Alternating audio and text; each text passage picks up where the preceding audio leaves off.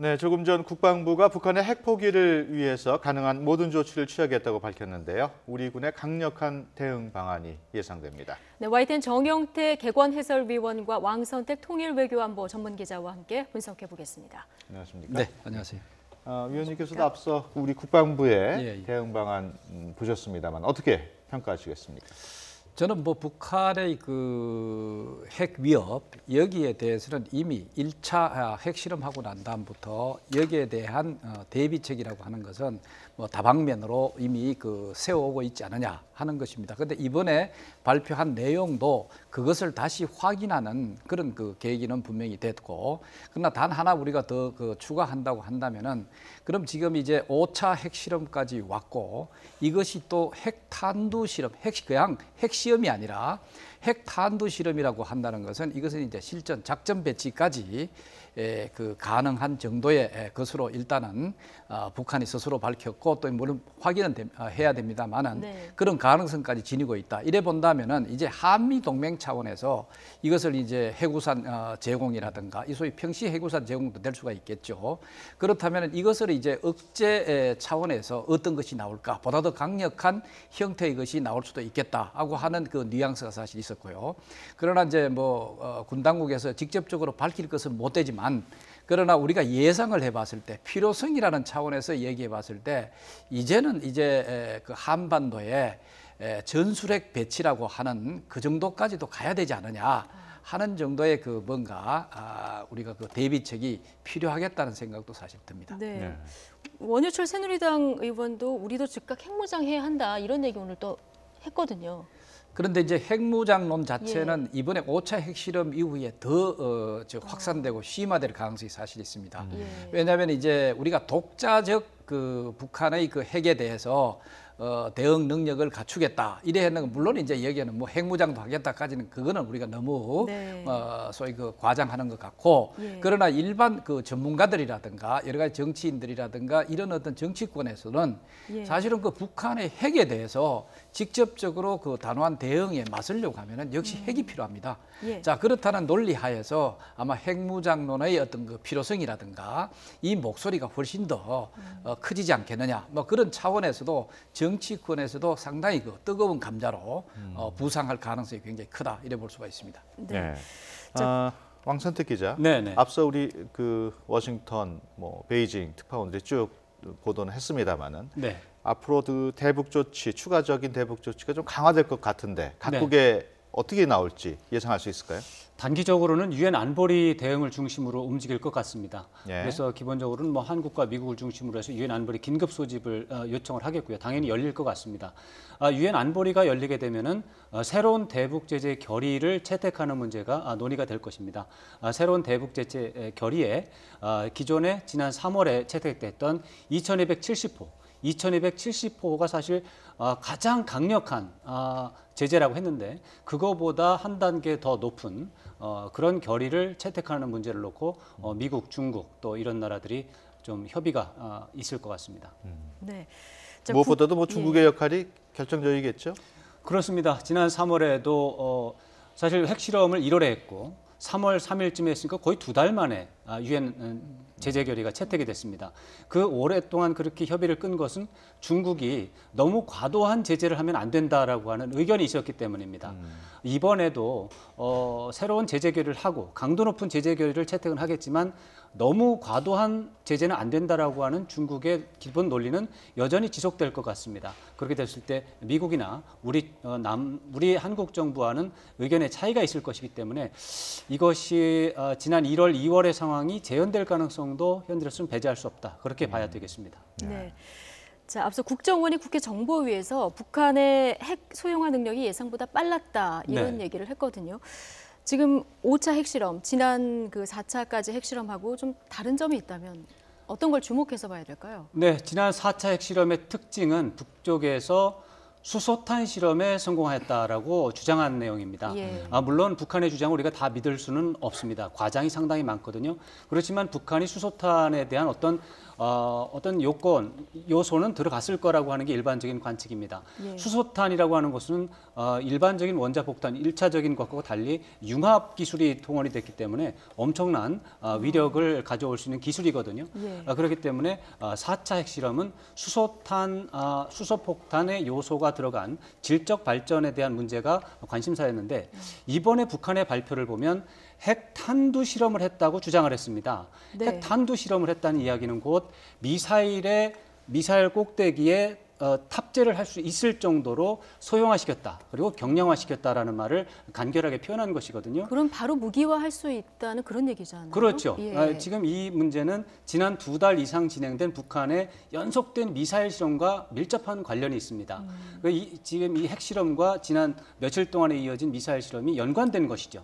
다시 말해서 오늘의 핵실험은 며칠 동안 이어졌던 미사일 실험과 연관지어서 계속해서 보여줬던 그 미사일에 오늘 실험한 핵탄두를 실을 수 있다라는 메시지를 북한은 전하고 싶은 겁니다. 그런 이미지를 만들기 위해서 오늘의 이제 성공했다는 주장을 하게 되는 것이고요. 다시 말씀드리지만 북한의 주장이 사실이냐 이건 또 다른 문제입니다. 네. 그러나 북한은 그렇게 주장하고 있고 북한의 선전선동의 방향이 그쪽이기 때문에 앞으로도 북한은 그런 쪽으로 어떤 이미지를 만들어낼 거라고 생각을 합니다. 네. 뭐 그렇기 때문에 이제 우리 쪽에서는 북한의 주장대로 과연 핵탄두를 만들었고 미사일의 탑재를 노동미사일이나 이런 데 탑재를 하는 게 가능한지 이거에 대해서 조금 더 과거보다 훨씬 더 긴장감을 갖고 지켜봐야 되는 그런 상황이 된 것이죠. 네, 거기에 제가 아마 조금 더 그 부연 설명을 한다면은 예. 4차 핵실험까지는 북한이 그 자기들의 그 핵폭탄의 위력을 그 과시하는 그런 시험이었다고 한다면 네. 실험이었다고 한다면은 이제부터는 이제 5차 핵실험부터는 그런 폭탄 자체를 탄두화해 가지고 이것을 이제 운반 수단인 미사일에다가 각종 미사일에다 실어 나를 수 있을 그런 바로 핵탄두 실험 이것을 이번에 했다 하는 것이 이제 극명하게 차이나는 어떤 그 차이성이라고 볼 수가 있습니다. 그렇기 때문에 이번 핵실험 자체는 이제 아까 왕선택 기자께서 얘기해 주신 대로 지난번에 이제 사실 그 김정은 들어와서 이 미사일 시험, 소위 운반 수단이 되는 핵폭탄을 운반할 수 있는 이 운반 수단이 되는 각종 미사일을 많이 쏘아 올렸죠. 바로 이것이 이제 핵탄두와 결합이 돼서 이제는 실전 배치할 수 있을 정도의 핵 능력 이것을 발전시켰다. 네. 이러한 것으로 지금 뭔가 이제 북한은 과시하고 있는 거다 이래 볼 수가 있죠. 네. 네. 북한의 주장이 사실이라면 실전 배치까지도 그렇죠. 곧 될 수 있다. 네. 4차까지는 좀 위력을 과시하는 그렇죠. 위력. 그러니까 말씀을. 수소폭탄이다. 수소폭탄일 경우에는 그 위력이 보통 그 핵폭탄보다는 뭐 수천 배까지 이게 이제 위력이 있는 것이니까 이것을 이제 자기들이 위력을 가진 그 소위 핵폭탄을 개발했다. 하는데 초점을 사실 뒀어요. 그러나 이것이 핵폭탄만 갖고 있어서는 안 되거든요. 이것을 뭐 비행기로 싣든 아니면은 또 뭐 여러 가지 다른 수단을 통해 했던 아니면 이제 미사일 이를 각종 미사일에다가 실어서 자기들이 원하는 곳에 정확하게 이것을 날릴 수 있는 그런 위력을 갖출 정도로 이 핵탄두 미사일에 싣는 핵탄두 실험에 성공했다. 이런 정도로 해가 자꾸 발전시키는 거죠. 네.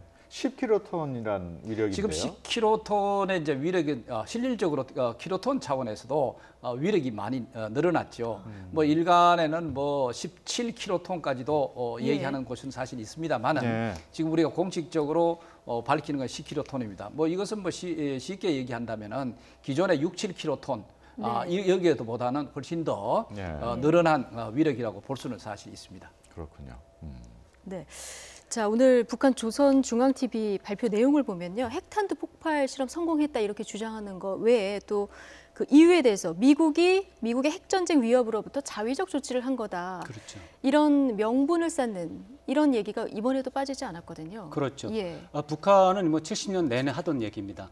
북한은 자기네들이야말로 미국이라든가 옛날에는 일본이라든가 이제 제국주의의 침략으로부터 나라를 구하고 있는 그런 존재들이다. 이렇게 이제 선전을 하고 있고요. 근데 그런 차원에서 북한의 주장대로라면 남쪽은 여전히 이제 미국이 통치하고 있다라는 논리를 가지고 있습니다.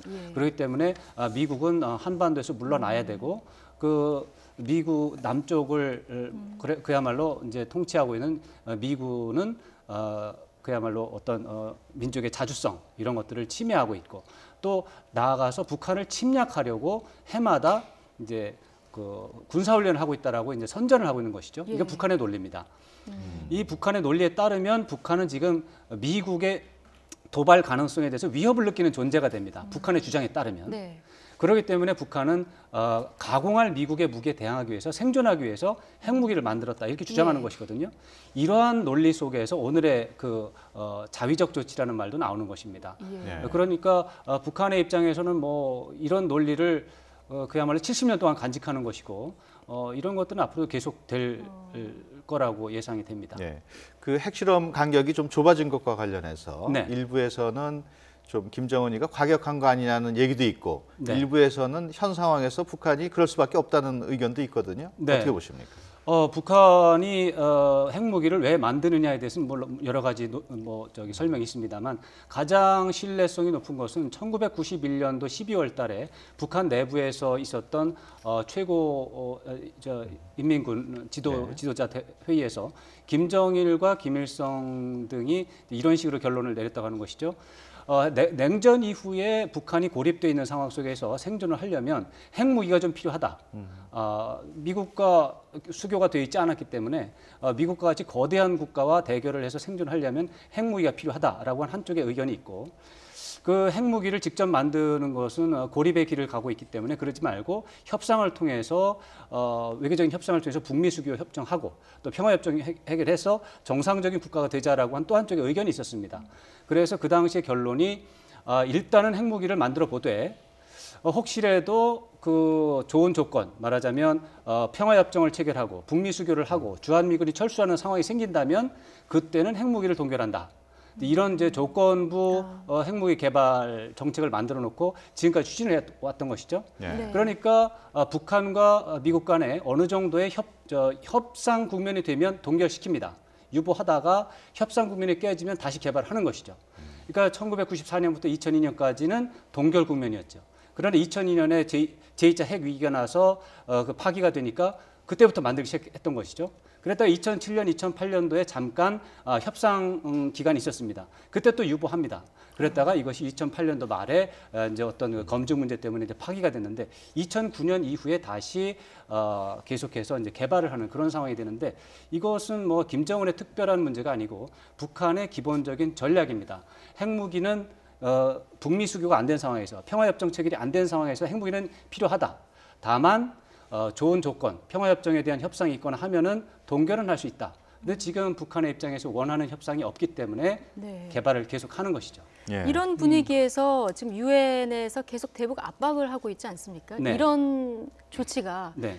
실효성이 있나 이런 또 얘기가 나오거든요. 이 부분에 부분은 대해서는 어떻게 또 양론이 있는 것이죠. 예. 제재와 압박을 통해서 북한을 변화시킬 수 있고 또 예. 그거 외에는 방법이 없다라고 하는 하나의 이제 의견이 있는 것이고요.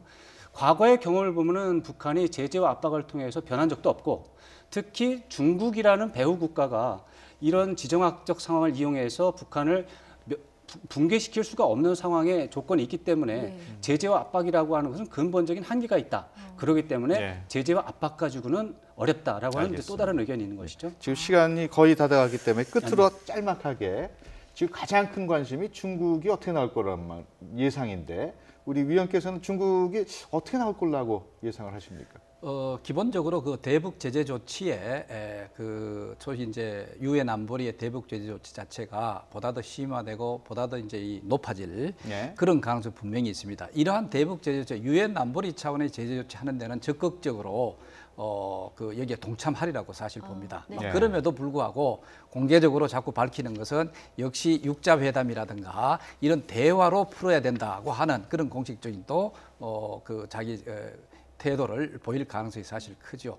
그럼에도 불구하고 점점 더 그런 육자 회담 혹은 대화로 풀어야 된다고 하는 것은 그거는 어디까지나 레토릭 차원에서 머물 뿐이고 그러나 점차적으로 대북 제재를 통해 가지고 소위 김정은 정권이 핵을 가지지 않으면 안 된다는 그런 속성을 사실 포기할 수 있도록 압박하는데 보다 더 깊숙이 동참하는 그런 가능성이 굉장히 크다 이래 볼 수가 있습니다. 네, 알겠습니다.